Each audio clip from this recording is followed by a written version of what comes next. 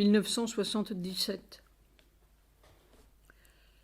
10 novembre 1977. Lettre personnelle.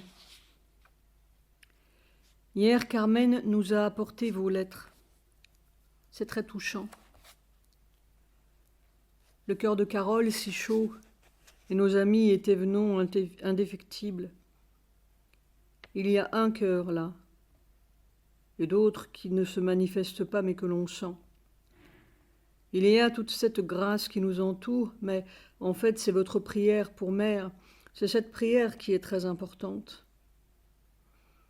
Les individus, je veux dire ce moi qui s'appelle Satprem, c'est très douloureux d'être un individu. Je vois bien la férocité des attaques. Hier et avant-hier, mais hier surtout, 9, c'était affreux. Et je ne pouvais même pas parler à Sujata. Mais je vois bien aussi que ce sont toutes nos failles qui sont attaquées. Kunuma et autres sont seulement des prétextes. C'est l'adversaire, avec un grand A, pur, qui est là. Je suis plein de faiblesses. Je pourrais presque dire que toute ma force, ce sont mes faiblesses. Elles sont si douloureusement perçues, vécues, que c'est comme un feu de douleur qui fait ce que je suis. Une sorte de douleur constante qui doit constamment se transmuer en amour, sinon ça se brûlerait soi-même. Voilà plus que de 40 ans, en fait, que je vis cela. Je ne peux pas t'expliquer. Mon être, ce qui me tisse, c'est la douleur. Avec constamment, depuis ma toute petite enfance, et comme une seule réponse à cette douleur, en finir. Le non, je ne veux pas. Je ne veux rien du tout. Il n'y a pas d'être plus nihiliste que moi. La dynamite, le zéro, la porte qui claque, et on fout le camp de cette fichue affaire. Et constamment, la seule chose qui me fait tenir, rester, vouloir encore, c'est cet amour inexplicable, qui est la seule réponse à ce non-là. Quelquefois, cet amour se retire, il ne reste plus que le non, c'est l'enfer. Hier, c'était une ruée d'enfer. On a envie de crier non, non, non. Je fous le camp, je ne suis pas ici pour me battre contre cette ordure, je retourne dans la forêt vierge. Je n'ai jamais été d'ici, c'est cela. Et puis l'amour encore qui me sauve et me lie. Avec mère, quelques années, c'était l'amour sauveur. Et puis je me retrouve encore par grands éclats presque terrifiants devant ce non-là. N'est-ce pas, c'est la mort au fond. Jusqu'à l'orpailleur, j'avais organisé ma vie comme une manière de suicide. Le sannyasine le dit aussi. Et parfois même Bacha s'efface. Il y a encore ce non inchangé. C'est si fort quelquefois que je suis comme un caillou, pétrifié. Tu sais, une vibration si intense et si forte que c'est comme coagulé, une sorte d'envers de l'amour, un non pur, irréductible. J'ai ouvert un atlas et j'ai regardé encore une fois la route la plus directe, Colombo, Dakar, les Antilles, Cayenne. C'est presque une ligne droite. Pourquoi te dire tout cela? Il y a 35 ans, c'était pareil dans la forêt. Et plus rien ne compte ni personne. C'est ça l'enfer. Et en même temps, c'est tout ce nihilisme qui est comme ma seule force d'amour, ma seule présence d'amour. Il n'y a que l'amour qui m'attache, comme si l'amour avait son fondement dans ce non-amour, était obligé d'être par la négation même. C'est l'intolérable contradiction qui fait le feu. À chaque instant, je sauterai par-dessus bord et à chaque instant, je suis rattrapé par les basques, par cette espèce de truc que mère appelait Satprem. Voilà. Ça a l'air d'une confession. Mais c'est par là que l'adversaire me pince. Tu comprends? C'est comme un excès de douleur qui dit non, je ne veux plus. J'ai commencé à dire cela très tôt. Il y a un point de douleur où on ne sait pas si c'est oui, pas si c'est non, ça a l'air tout pareil. Alors il faut que l'individu disparaisse, sinon c'est intolérable. C'est là où le nihilisme et la libération ont l'air comme des frères, et c'est tout faux. Il faut perdre l'ego du corps, comme mère. Je ne sais pas si j'existe. Mais ça... Oui, la libération, c'est dans le corps. Tout le reste, c'est de l'imposture. Je ne sais pas pourquoi je te dis mes enfers particuliers, alors que j'ai beaucoup de choses importantes, entre guillemets, à te dire. Après tout, j'aime les frères aussi. Les frères. C'était très important pour moi. C'était mon seul recours devant le non. J'ai perdu mon copain l'orpailleur, ça a été une vraie peine. On était 2 copains dans le non. Alors ça arrivait à faire un oui, c'est mathématique, n'est-ce pas? Alors tu vois, toute ma faiblesse, c'est toute ma force. Étrange. Bon, il faut que je raccroche la mécanique importante pour te dire des choses sérieuses. Je ne sais pas lesquelles. La seule chose sérieuse, c'est qu'on en sorte. Et en même temps, probablement, il y a quelque chose qui ne veut pas en sortir. Cette effrayante condition humaine. Et alors on devient d'une sensibilité si terrible. Je les avale tout crus et c'est ça qui devient si suffocant qu'il arrive à un point où je dis non. Ou alors tomber à genoux et aimer. Voilà le truc. C'est un sale truc. Et si je me mets à additionner André Mauricet plus Kounouma plus Baroun pour répondre point par point à leurs accusations et insinuations, ça devient tout à fait impossible. Tu comprends? Je ne peux plus me défendre. Je n'arrive plus à répondre, ça m'étrangle. J'aime mieux aller mettre ma tête sur le bio. Et l'atmosphère grouille de ça, c'est comme un tribunal perpétuel. Voyons, est-ce que tu n'es pas un Asura? Sérieusement. Et moi comme un idiot qui écrivait à tous ces gens pour leur donner toutes les armes contre moi. Je croyais en tout et en tous comme un crétin complet. Si j'additionne les lettres à Baroun, c'est effrayant. Pourna aussi doit en avoir dans ses tiroirs. Je ne croyais pas au mal ici. J'étais venue parce que je croyais qu'il y avait un endroit sur terre où il n'y avait pas de mal. Alors, je me retrouve devant leurs histoires d'employés de l'ashram.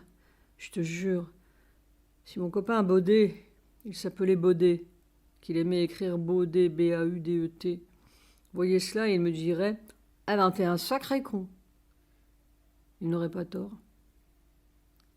Et puis je replonge le nez dans l'amour, alors tout fond, et c'est oui, encore oui, voilà. Et ça continue.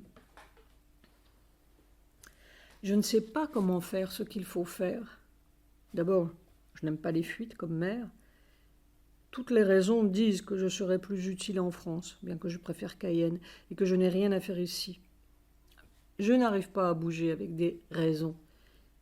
On peut en trouver de contraires. Je ne suis plus qu'une espèce de bête douloureuse qui traverse et traverse sans plus rien comprendre.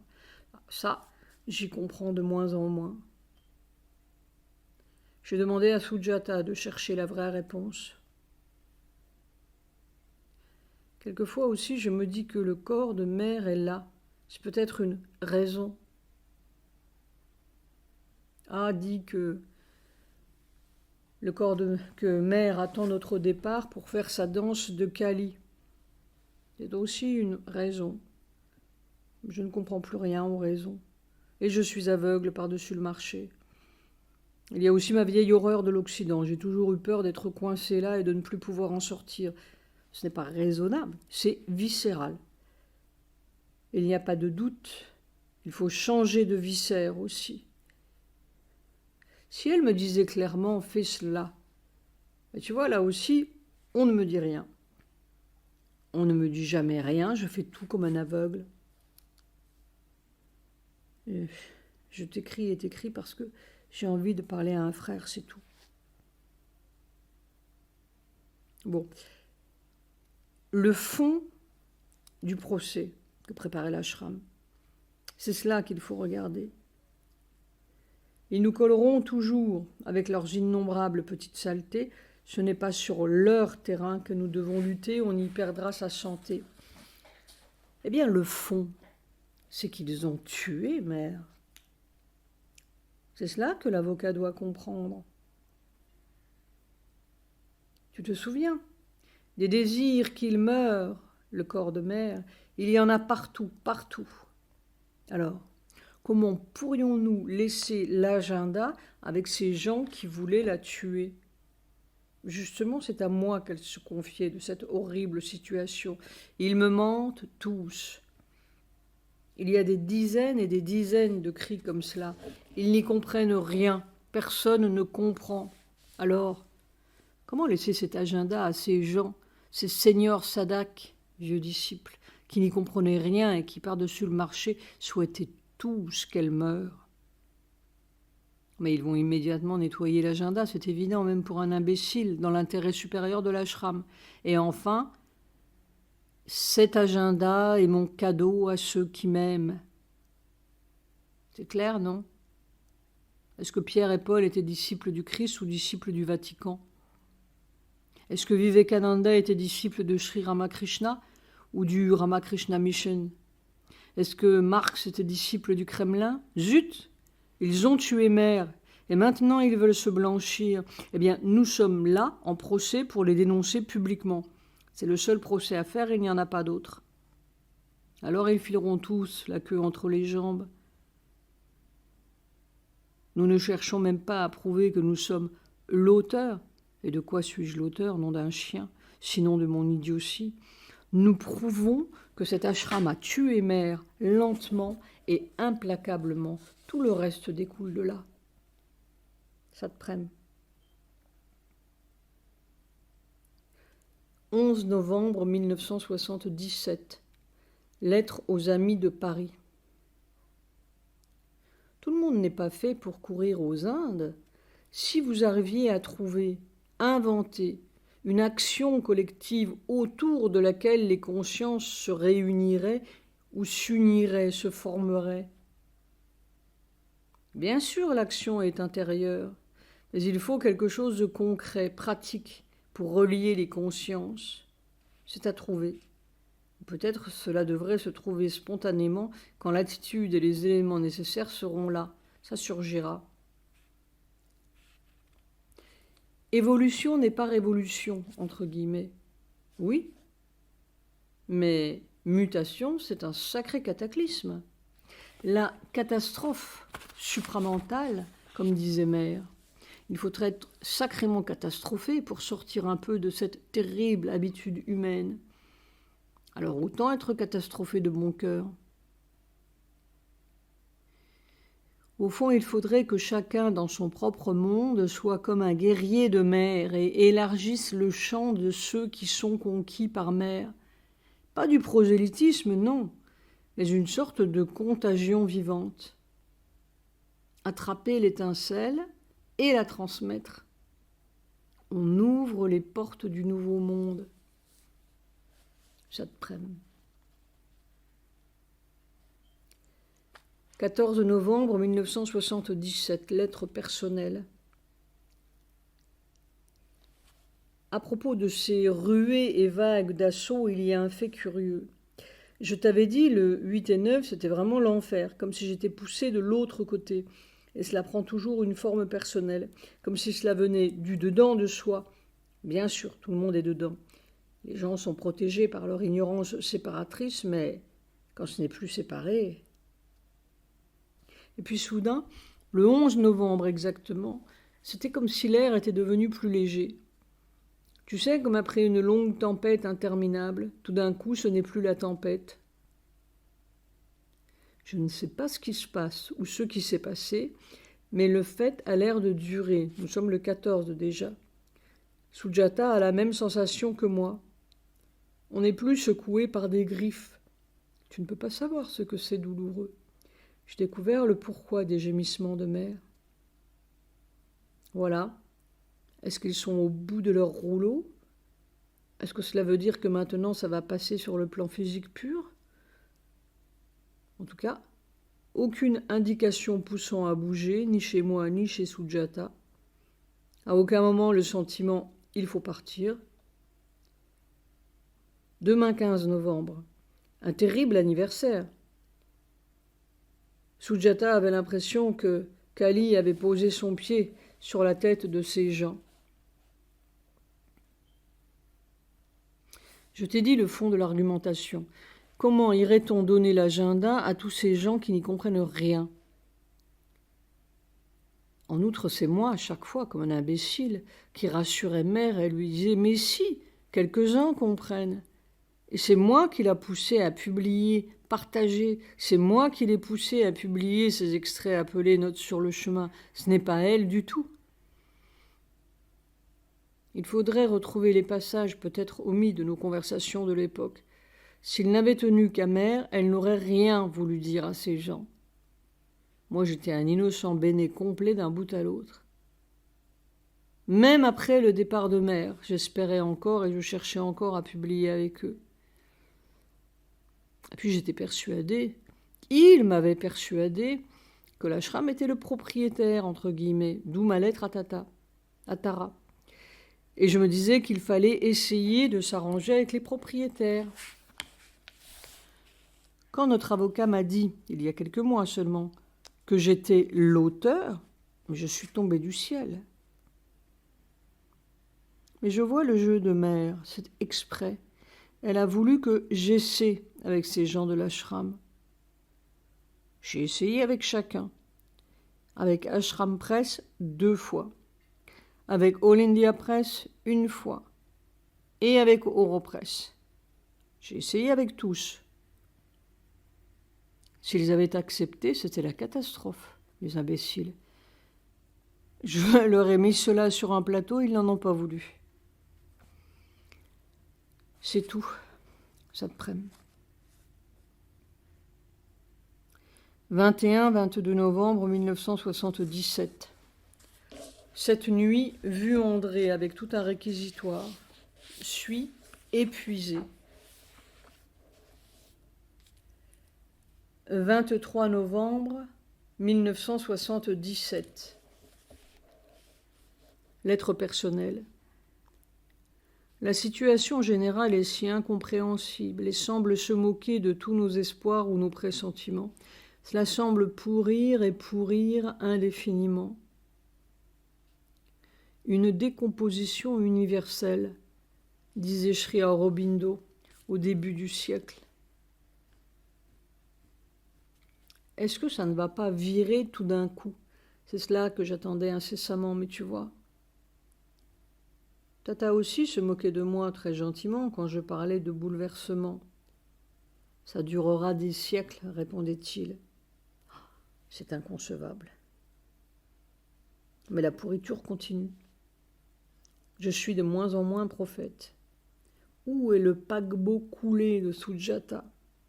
C'était un 4 janvier 1956 dans l'après-midi. Ici, les vagues viennent les unes après les autres. Ça se calme et revient avec double furie. Exactement la tempête vue par Sujata il y a 21 ans. Pourtant, extérieurement, il n'y a à peu près rien. Il y a 2 nuits, j'ai vu André avec tout un réquisitoire contre moi sur papier dactylographié, serré. Il y avait sa fille, J, aussi, autour. Qu'est-ce qu'il prépare? Et l'étrange, c'est que le lendemain et pendant 2 jours, même ce matin, j'ai la sensation physique d'être épuisée, comme si j'avais 80 ans dans les yeux. Oui, comme si j'avais avalé Morisset. C'est pénible. Sauter à 80 ans d'un coup dans le corps, c'est curieux. Une fatigue qui colle, plus que fatigue. Mais je comprends mieux maintenant le mécanisme de la tempête, si je puis dire. On est secoué, violemment secoué, absolument comme dans un cyclone sur un petit récif, parce qu'il y a quelque chose en soi qui fait un mur. Il y a des tas de petits murs et la vague vient cogner contre le mur, alors ça secoue. S'il n'y avait pas de mur nulle part, ça passerait au travers. Il n'y aurait pas de tempête. La moindre réaction est un mur. Le dégoût est un mur. Les sentiments, le moindre sentiment est un mur. Tout ce qui objective par rapport à soi est un mur. Dès qu'on dit ou sent c'est dégoûtant, ça fait un mur instantané et la vague déferle. Si on disait tout est comme de l'eau de rose, ça serait probablement comme de l'eau de rose. Alors, l'indignation contre les calomnies est un mur, la saleté entre guillemets de Baroun est un mur. Il faut être comme un courant d'air. La transparence, oui. L'universalisation du courant d'air. Ainsi, on pourrait dire qu'il n'y a jamais de tempête, sauf par nos murs. Et que dans le monde réel tel qu'il est, sans murs, tout est de l'eau de rose. La tempête, c'est la même coulée de nectar constant, sans murs. Et de même, ce sont les murs qui font la mort, sinon c'est la même coulée de vie constante. Il y a un grand regard. Je ne sais pas comment on dit ça en sanskrit. Anantaksha, Ananda infini, Aksha regard. Mais ce n'est pas l'infini pur du Brahman, ou pas seulement. C'est un regard qui est innombrable dans tout. Pas seulement qui épouse tout, mais qui est exactement ce sur quoi il se pose. Et donc qui comprend intimement, comme soi-même. Soi-même partout. Plus de parois. Et une joie, un ananda de la compréhension. On pourrait dire aussi anandaksha, le regard de joie, un regard solaire, suryaksha. Et la matière s'organise selon le regard, lui obéit. On pourrait continuer longtemps, mais c'est ça qu'il faut être. Avant, c'était la compréhension dans les hauteurs. Maintenant, c'est la compréhension qui pétrit et transforme. Et je commence à comprendre le truc physiquement, ce que Mère balbutiait au début. Mais tu vois, il reste tout de même le fait que je rencontre Morisset et que j'ai 80 ans dans les eaux. Pourquoi ? Et par-dessus le marché, je sens la vague. Je suis secouée par la vague avant que le fait se soit produit physiquement et que je sache de quoi il retourne. Alors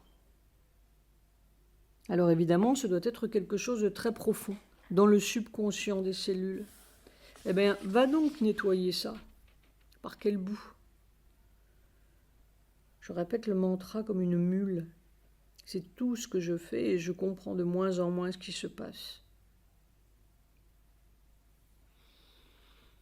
Nous avons envisagé la possibilité de quitter Pondichéry et d'aller dans un coin de l'Inde, assez loin, pour être à l'abri de l'atmosphère malveillante d'ici.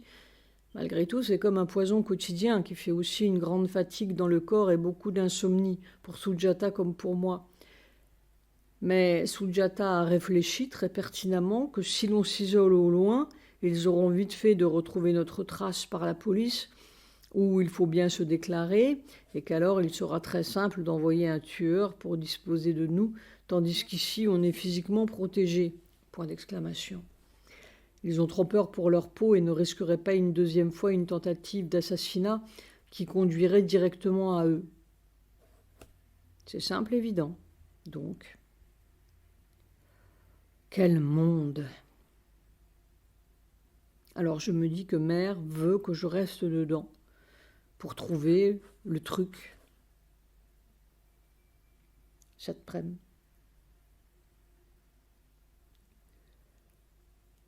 23-24 novembre 1977. Cette nuit, j'ai vu la fausse mère, la meute ashramite, la déformation de mes paroles. Tout est faux avec une allure vraie. Je dis, j'irai tout seul et jusqu'au bout. 4 décembre 1977, lettre personnelle. En vérité, je suis aplatie, crevée, fatiguée jusqu'aux os, une sale nuit. Mais ça ne fait rien.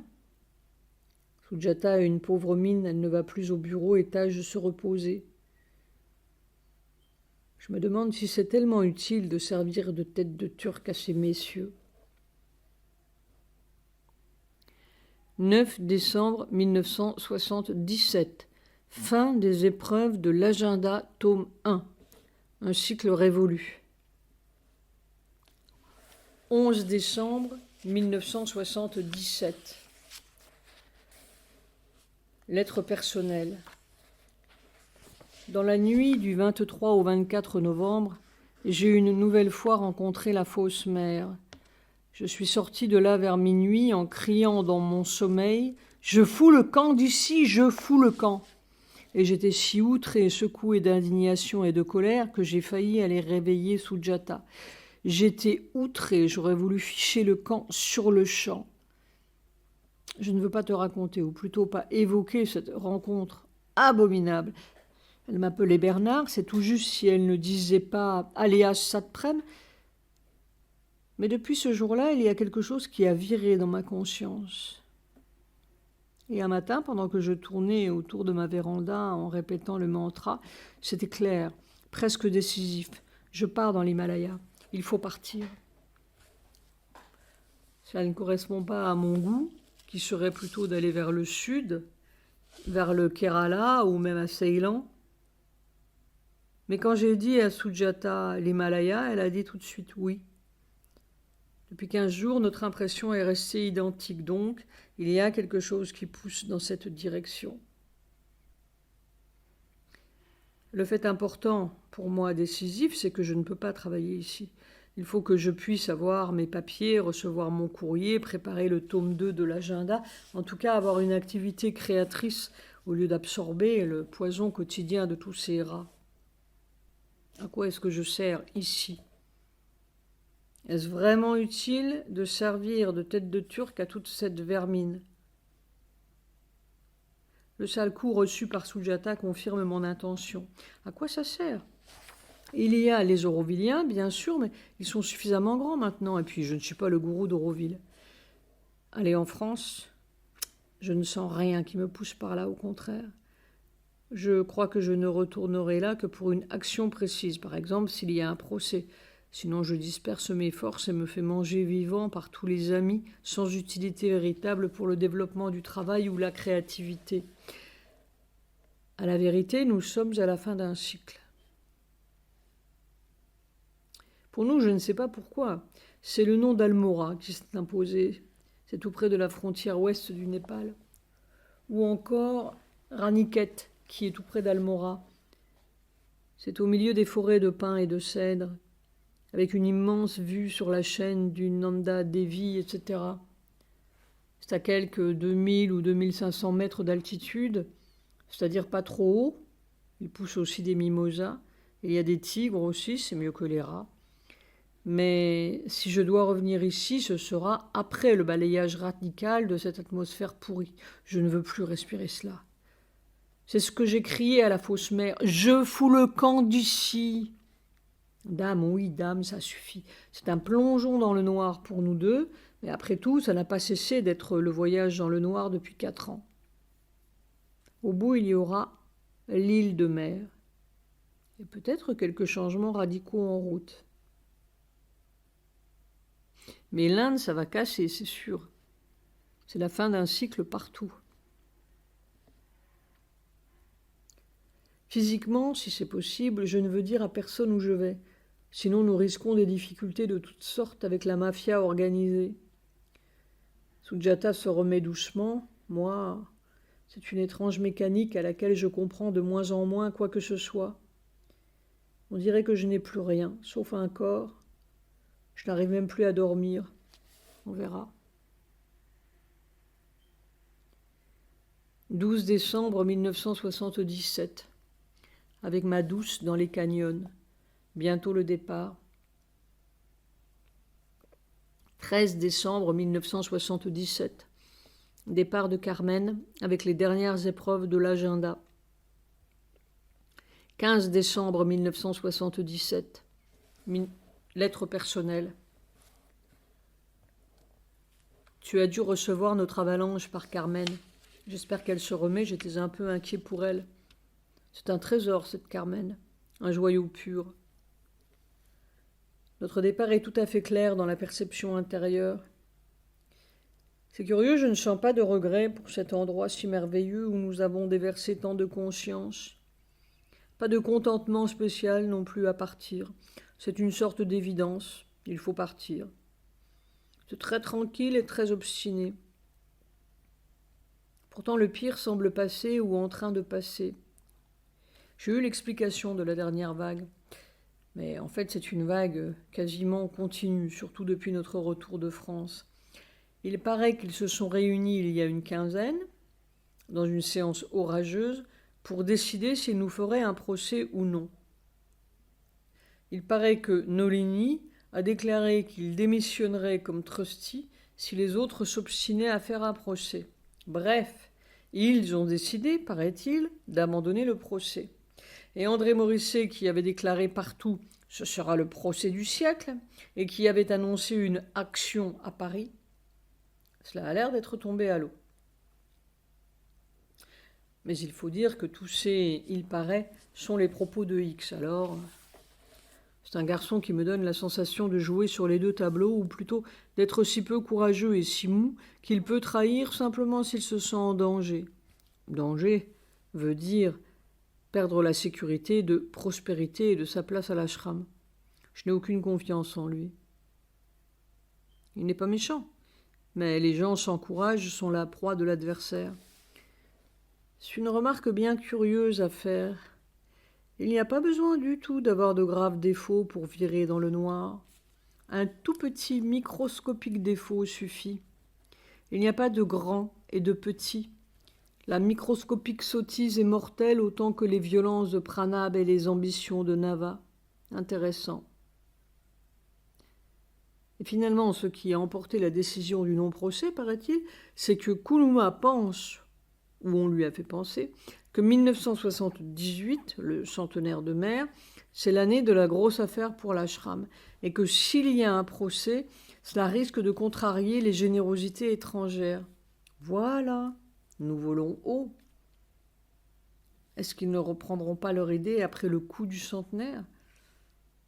À moins que Mère ne rectifie leurs idées, carrément et définitivement.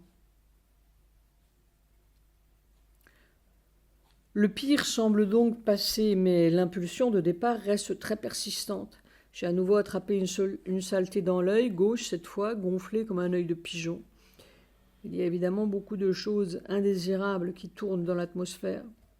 Sujata et moi avons l'impression que Mère a un plan derrière ce départ et que cela correspond à quelque chose de plus vaste que le prétexte actuel. Et puis Sujata, je ne sais sous quelle impulsion, a soudain dit à Nicole « Il faut que beaucoup d'Aurovilliens prient Mère activement ». Pour l'instant, nous en sommes toujours à nous débattre avec la poste de Kotakupam, qui vole systématiquement toutes les lettres pour la librairie de Mère. Le trou complet depuis un bon mois. On a fait une plainte au postmaster de Madras, mais tout est tellement corrompu.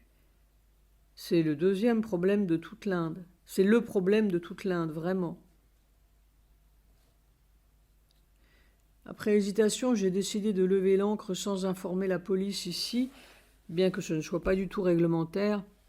Ils avaient informé les trustees le jour même où je suis passé chez eux pour mon départ en France. Il est vrai que la police du village himalayen avisera la police de Pondy. Nous sommes en plein régime policier.